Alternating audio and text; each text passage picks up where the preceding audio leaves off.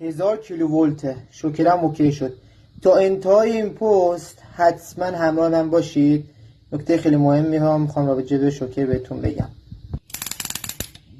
اگه شوکر شما این شکلی شده حتما تا انتهای این پست همراه من باشید.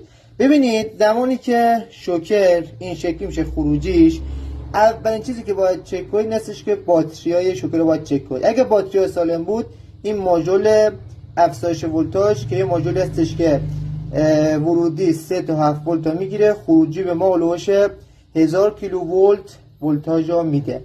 حالا من الان دید دیگه به چه شکل بود. نگاه کنید چقدر ضعیفه. حالا من ماژول رو تعویض میکنم ببینید که به چه شکل میشه. خب ماژول تعویض شد.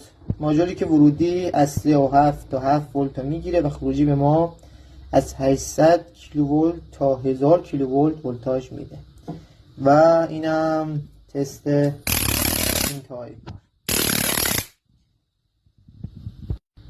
اگر از طریق اکسپلور یا جستجو این پست رو میبینید حتما داخل پیج ببینید کلی نکات رایگان و کاربردی داخل پیج گذاشته شده، ببینید و استفاده کنید.